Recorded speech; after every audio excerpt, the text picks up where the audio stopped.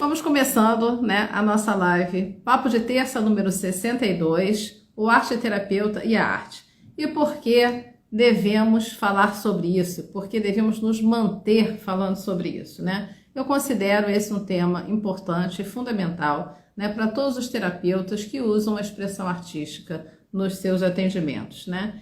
E acho importante que esse profissional se pergunte, né, que laços ele estabelece com a arte, que compromissos ele estabelece com a arte, né? E como, né, vivemos a arte nas nossas vidas, né? A gente produz alguma coisa, a gente se ocupa do nosso desenvolvimento expressivo e artístico também. Então essas são perguntas. Eu vou estar tratando hoje realmente do profissional, do arte-terapeuta. Eu não estou falando do cliente e nem estou falando dos atendimentos. Eu estou falando antes de tudo isso. Antes disso, a relação, né, a nossa relação com a arte, do profissional, né?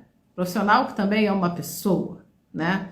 Então, nós nos relacionamos com a arte, nós consumimos arte de qualquer maneira, nós ouvimos música, né, assistimos filmes, estamos em contato com imagens, então a gente, de alguma maneira, a gente está sempre consumindo, né, tudo isso. Mas qual é nosso comprometimento, né, com isso, com o estudo, com o fazer, com estar assim em contato, né, mais próximo? Como é que a gente lida com isso, né, nas nossas vidas, e como isso vai também, né, a gente pensar como isso vai nos ajudar no nosso trabalho, né? E eu estou fazendo aqui esclarecendo, né, até o ponto que eu estou querendo trazer aqui, estou querendo que a gente converse, porque para uma pessoa, né, um profissional que vai usar a arte, usar a expressão artística com outra pessoa, né, esse momento eu queria que vocês se perguntassem, né, qual a relação de vocês, né, com a arte. Há uns 10 anos atrás ou mais, eu não sei nem se eu já estava formada, né, em arte-terapia, ou se eu já era recém-formada. Teve um evento, uma série de palestras e conversas no Cine Joia, em Copacabana, eu sou do Rio de Janeiro, que é um microcinema, né, que agora acho que fechou. Eram pessoas jovens, assim, então o tema era filosofia, eram algumas conversas e tal.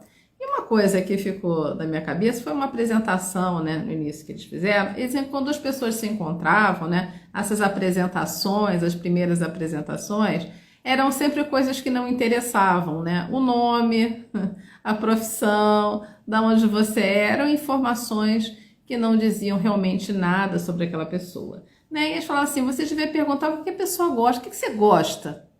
O que você gosta de fazer? O que você não gosta? Né? Então, assim, e aí eu fiquei pensando, lembrei disso hoje, pensando sobre essa live, né? E aí eu fiquei pensando nisso, né? Que essas coisas todas deveriam ser perguntadas, né? Antes do nome, né? Antes de saber o que você faz para viver, qual é a sua profissão e tal. E eu fiquei pensando também, quando eu falo, por exemplo, né, que eu sou professora de artes, né, que eu dou aula nos cursos de formação, que eu tenho os meus cursos, né, de história da arte para terapeutas e tal. Aí a primeira coisa que a pessoa pergunta é assim, você tem mestrado, você tem doutorado, você tem a pós-graduação, onde você estudou, qual a bibliografia? E é curioso porque essas perguntas me causam espanto, né? Porque ninguém me pergunta o que te faz chorar? Como é que você sente a arte? Como você vive a arte? Como você leva a arte para o seu trabalho? Então, eu acho que eu lembrei, uma coisa foi levando a outra, né? Eu lembrei dessa palestra perdida na minha memória. Eu fui pensando como é que hoje isso acontece comigo também, né? E sim, é importante que a gente se pergunte assim, o que que nos faz chorar, o que que nos emociona, o que nos toca a alma, né? E como a arte, onde a arte está nessa história, Temos algum texto aqui. Deixa eu ver uma coisa. Gilda, hoje estou me sentindo revigorada. Sou professora de inglês e fiz um lindo trabalho utilizando arte e pintura como um trabalho de educação emocional e foi gratificante e transformador. Parabéns, parabéns, parabéns. Pois trazer a arte vai ser também um modo da gente sair do automático, né? E de estar se conectando com os sentimentos, né? Acho que é uma coisa muito importante e que a arte pode fazer, essa sensibilização também nos ajudar a lidar com os nossos sentimentos. Não só a lidar com os nossos sentimentos, mas também nos conectarmos novamente com eles, né? Sair dessa lista de tarefas e parece que o único sentimento que as pessoas andam vivendo é a ansiedade, né? Ansiedade por não conseguirem fazer todas aquelas coisas que acham que tem que fazer. Aliás, onde eu me incluo, né? Porque estou de recesso em casa, né? Semana passada, inclusive, não fiz as lives, dei uma descansada, né? Tirei umas férias, porque a gente precisa também reconhecer esses momentos de pausa. E eu reconheço esses momentos de pausa também quando me relaciono com a arte, né? Quando eu vejo as falas dos artistas, eu entro em contato com os processos criativos, tem esses momentos de pausa, né? Como é que vem esse vazio, né? O artista envolvido numa pesquisa, vai fazer uma série de trabalhos para uma exposição, tá ali naquele frisson, quando termina, expõe, acabou, o que acontece? Precisa de uma pausa, precisa de um vazio, sim, precisa aprender a lidar com esse vazio. Então, estou num momento, assim, mais ou menos de pausa. Não totalmente, porque, afinal de contas, estou aqui, estou trabalhando e tal, mas estou diminuindo um pouco o ritmo, a minha saúde exigiu. Então, estou aqui em casa, que eu achava, não dá para fazer a live em casa. Claro que dá-se um jeito. Estou aqui na minha casa, mostrando as minhas pinturas para vocês, né? E estamos aqui nesta parede verdona, né? E uma coisa também que, voltando até aquela questão, né, de quais são os seus títulos, onde você estudou, né, ao invés de perguntar o que te mobiliza, o que te emociona, o que te faz chorar, né? Eu trabalhei na Casa das Palmeiras entre 2014 e 2018. A Casa das Palmeiras, para quem não sabe, né, é uma casa de reabilitação, tratamento de pessoas com esquizofrenia, né? Foi uma casa idealizada pela doutora Anísia Silveira, junto com outras pessoas, mas ela é o nome mais conhecido. Então, e naquele período, né, eu fui orientada para entrevistar os candidatos a estágio na casa. E uma coisa que era foi muito interessante, foi que as pessoas mandavam currículo e tal, não sei o quê. E assim, olha, o que você tem que perguntar é o que a pessoa sabe fazer, o que ela gosta, né? Se ela sabe costurar, se ela sabe pintar, se ela sabe desenhar, se ela faz escultura, se ela cozinha, sabe fazer biscoito, o que ela sabe fazer? Esse você tem que saber. Então, assim, todo aquele currículo de onde você estuda, e porque nem todos eram estagiários estudantes, né? Tinham pessoas que estavam também se propondo a um trabalho voluntário, né? Então já eram profissionais. Então, assim, isso foi uma coisa que me chamou muito a atenção, né? Então, antes de você dizer seu título, né? Ah, eu sou psicóloga, eu sou doutora e tal.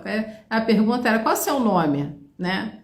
O que você gosta de fazer? O que você sabe fazer? Né? E diz a lenda, né, que muitas histórias, né, que a gente vai escutando sobre a doutora Anísia, e uma das histórias era que quando a pessoa chegava e não sabia fazer nada, e não sabia fazer nada de arte, né? Não sabia pintar, desenhar, fazer colagem, cortar papel, construir coisas, era arte. Então, quando a pessoa não sabia fazer nada, diziam que ela mandava assim, então você volta daqui a um ano, sai daqui, aprende alguma coisa, vai fazer alguma coisa, depois você volta, né? Então, isso ficou muito marcado na minha cabeça, né? Essa importância de você estar em movimento, estar fazendo coisas, né? E eu levei isso muito a sério nas minhas entrevistas, né? Então, tudo eu queria saber o que a pessoa fazia. Gosta de pintar, gosta de explorar, gosta de fazer coisas, né? Então, isso ficou muito marcado. E eu acho isso importante quando a gente está falando da relação, né, desse profissional, do arte-terapeuta com a arte. A gente se perguntar qual é a minha relação? A minha relação é uma relação intelectual? Não vou estudar, eu vou saber a data de tudo, né? Vou saber identificar o artista em cada movimento, né? Eu vou numa exposição, por exemplo, leio todos os painéis, mas não vejo a obra, né? Eu vou na exposição e tiro fotografia para botar na rede social e não vejo a obra. Então, assim, essas coisas, essas coisas que parecem detalhes, mas isso vai trazer com muita força qual é a relação que você estabelece com a arte. Eu sempre falo para todo mundo, não lê painel, esquece esse negócio de painel. Sabe, os vídeos que estão mostrando ali, a maioria está no YouTube. Né? Eu saí de uma exposição, vi todos os filmes, porque eu vou normalmente mais de uma vez, né? Aí, cheguei no YouTube, estava tudo lá. Então, assim, não fico mais assistindo documentário, assisto depois. Mas, assim, é uma experiência, né, de você estar ali ao vivo com as obras. E aí fica lendo, e aí fica horas lendo, cada vez tem mais texto para ler, né? Ou então coisa para ouvir e tal. Quando eu entendo que o grande momento de você ir numa exposição, numa mostra, no museu, é estar em contato com aquilo, com aquele objeto. Estar ali diante dele. Né? Poder ver aquela pintura que não é uma fotografia do livro. Porque na pintura você vê a textura, né? A pasta da tinta, né? Por isso que é muito complicado, por exemplo, ter uma experiência do impressionismo, do Monet, numa projeção. Pode ser uma experiência muito interessante, incrível, mas entrar em contato com a obra do Monet e com o impressionismo, a gente tem que estar em contato com a cor, com a luz e com aquelas pinceladas, né? Então, mas aí, se não é ao vivo, não, né, a reprodução do livro não conta? Claro que conta. A maioria das obras que eu conheço é por reprodução de livro. Ou por filme, né? Imagina. Mas ir a uma exposição de um artista é importante se ter, por exemplo, o tamanho, né? Algumas obras do Mondrian eu achava que eram maiores, né? E quando eu vi, nossa, era pequenininho. E aí o branco tinha várias camadas de tinta. Então são essas coisas, né, que são interessantes da gente estar vivenciando, né? Então estar em contato, estar aberto para essa experiência, né? De estar ali efetivamente diante da obra. Arte Divina Graça. Arte para mim é um caminho de expressar a essência. Sou artista plástica e quando ministrei cursos apreciei o processo de cada aluno que conduz o autoconhecimento. Uma outra coisa importante, né, nesse fazer arte, acompanhar o outro, é o processo, né? Isso a gente aprende também com a própria arte, né? O valor de viver o processo criativo, né? Às vezes o processo é a obra, né? Vamos lá. Andréia, há outro problema no texto. Não sei se não está em contato com a obra, mas ter a experiência direcionada. Ah, sim. Porque aí o texto também vai dizendo, né? Ele vai interpretando para você, vai dizendo o que está ali antes de você ver. Então, eu não sou contra ler, né? Assim, e o Fernando aqui, o texto muitas vezes é o texto do curador, né? Então também tem um jogo de vaidades, né? Nessa história assim. Mas, por exemplo, o que eu acho legal de fazer? Vai numa exposição e simplesmente passeia. Fica ali o tempo que você tiver que ficar em alguma coisa que te chamou atenção, né? E depois volta, vai outro dia e lê tudo que você quiser. Ou compra o livro na saída, né? Mas assim, não é sou contra a leitura, mas é que realmente, como a Andrea colocou aqui, o texto também direciona, então você já olha aquilo contaminado. Então, às vezes, é melhor não saber nada daquela obra e ficar com aquela experiência. O que que aquela obra está dizendo para mim? Como é que ela está me tocando hoje, nesse momento da minha vida? O que que ela está dizendo para mim? E é isso que eu costumo falar aqui, que história cada um vai criar com relação àquela obra. Essa é a experiência. É a história que eu crio. Não é a história da obra, não é a história do autor, não é em que ano foi feito, né? A gente pode tirar tudo isso de cena e naquele momento ser uma pessoa, né? Um ser humano diante de uma imagem, diante de uma obra, né? E ali, o que que aquilo ali me diz? O que que aquelas cores me dizem? O que que aquele tema me diz? O modo como ele é tratado? Então é isso, né?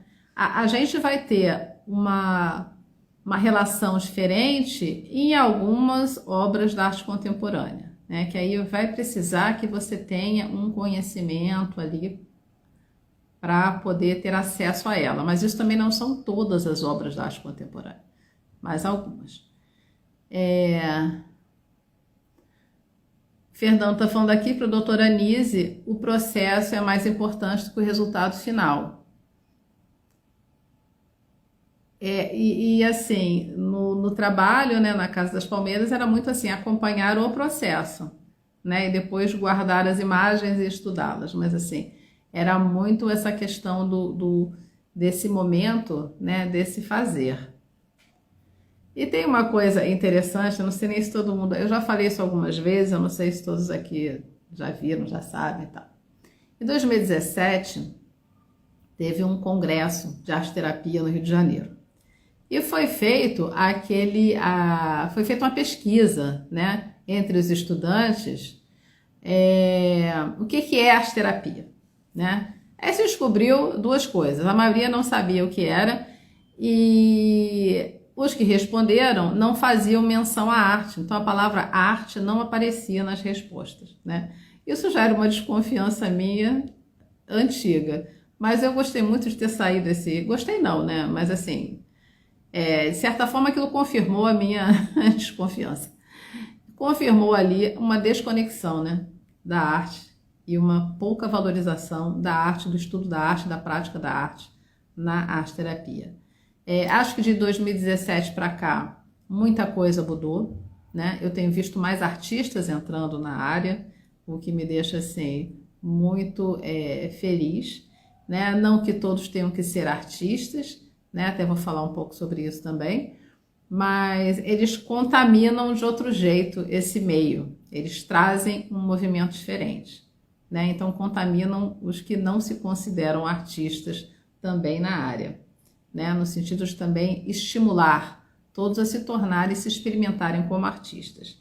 Então esse é um ponto importante, que assim, eu queria pensar em alguns pontos, né, dessa relação do arte-terapeuta e a arte, né, essa importância de desenvolver a sensibilidade, né, esse estar em contato, né, aprofundar o conhecimento e nos experimentarmos, né, como artistas. Como é que é isso, a gente experimentar como artista? É criar, fazer coisas, né? Então, como é que é isso? Né? Esse estar em contato, se interessar, se emocionar, né? Estar diante das obras. E não são só obras de museu, né? Não é só obra de galeria, né? Quer dizer, os centros culturais estão aí, os museus estão aí, as galerias, a maioria das pessoas não entra, isso é uma coisa muito interessante, né? Galerias comerciais, né? Lojas, as pessoas se sentem intimidadas e não entram, mas assim, vocês podem entrar, né, para olhar. E essa questão do conhecimento, né, de estudar a história da arte é um caminho interessante que pode ajudar em muitos aspectos, né, esse profissional também a se aproximar da arte, né, e a perceber também essa construção que o afasta do ser artista e também a desconstrução que pode abrir novamente um espaço, né, para esse fazer arte para todos, né? Então, assim, também esse criar, né, se desenvolver em alguma linguagem, escolher alguma coisa que goste e se aprofundar, né, tecnicamente, desenvolver aquilo. Gosto de bordar. Ah, quero fazer um bordado livre, sem regra. Vai se aprofundando e vai experimentando, no final você vai estar criando a sua própria técnica.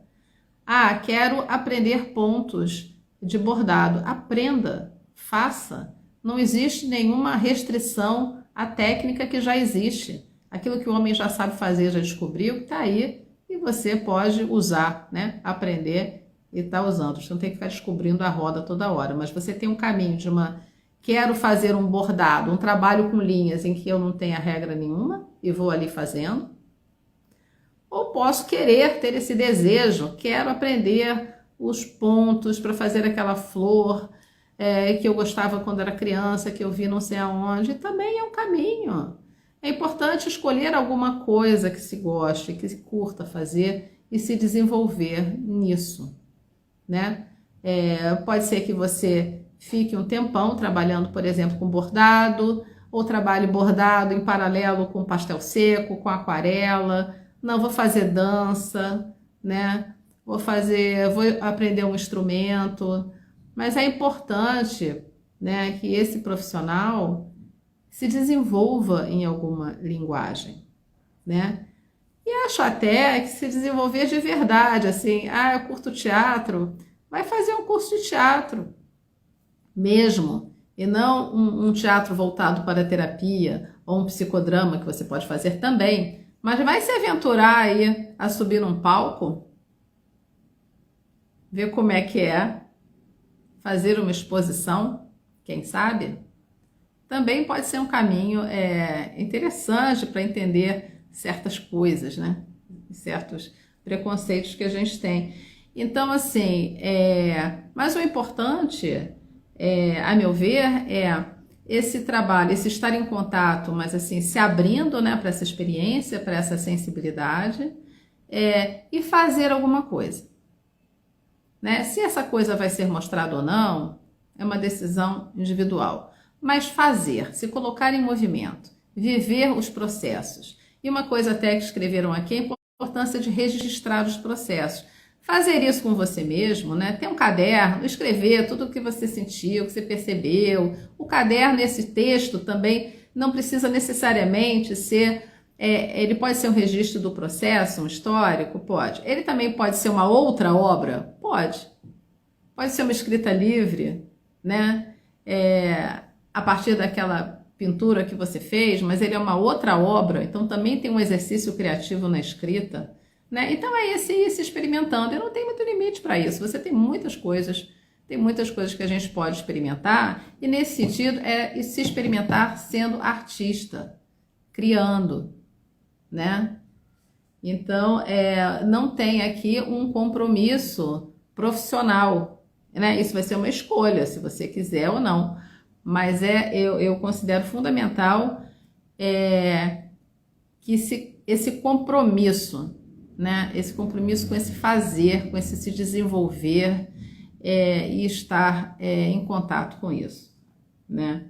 E o desdobramento disso vai também, no seu trabalho, facilitar, né? Que você consiga trazer o seu cliente para esse processo de criar as próprias imagens, né? Isso vai facilitando. Uma coisa que eu tenho escutado também bastante é uma dificuldade em levar o cliente para a sua expressão, né? Então também há resistências. Então como é que cada um aqui está vivendo isso, né? Então, assim, esse processo todo, né, da gente pensar na relação do arte-terapeuta com a arte como profissão, mas também individualmente, né, cada um pensar como é que é a sua relação, né? Acho que conversar sobre isso, falar sobre isso é importante. Acho que falar sobre isso é uma coisa que a gente deve estar fazendo em conjunto, em grupo. Por isso eu quero, sim, comentários, que vocês comentem, coloquem as suas experiências. Infelizmente, o que se publica aqui ao longo da live se perde, né? Então, se vocês quiserem colocar comentários depois na gravação, isso fica registrado e possibilita que outras pessoas que assistam depois possam comentar, né? Porque muitas vezes a sua experiência ela é compartilhada, assim, outras pessoas estão vivendo as mesmas coisas e às vezes alguma coisa que você coloca pode estar dando um estalo, né? E uma luz para uma outra pessoa que leu. E esse também é um papel importante aqui desse perfil Arte para Terapia. Então, é basicamente isso que eu tinha para hoje, né? Lembrando que eu estou assim meio numa fase de descanso. Vou ficando por aqui e quero muito saber a sua opinião, ver os comentários e se você achar que esse perfil e essas conversas podem estar ajudando e beneficiando colegas de vocês, compartilhem, né? Porque é assim que a gente cresce, né? Arte Divina Graça, quanto mais intimidade com o fazer artístico, mais facilita o processo do cliente. Sim, eu concordo com isso, né? Porque nos coloca mais à vontade, e quando a gente está à vontade, né, facilita a entrada do outro, que também tem os seus fantasmas e as suas inseguranças, né? Então, é importante que a gente entenda essas inseguranças também, a gente vive essas inseguranças. Boa noite, Andréia, bom ver você aqui. Vi um monte de gente conhecida, Estela, Fernando, muito legal, muita gente nova também, Sabrina também passou por aqui. Então, boa noite e espero vocês na sexta-feira, às 8h30 da manhã, para um café. Beijos. Boa noite.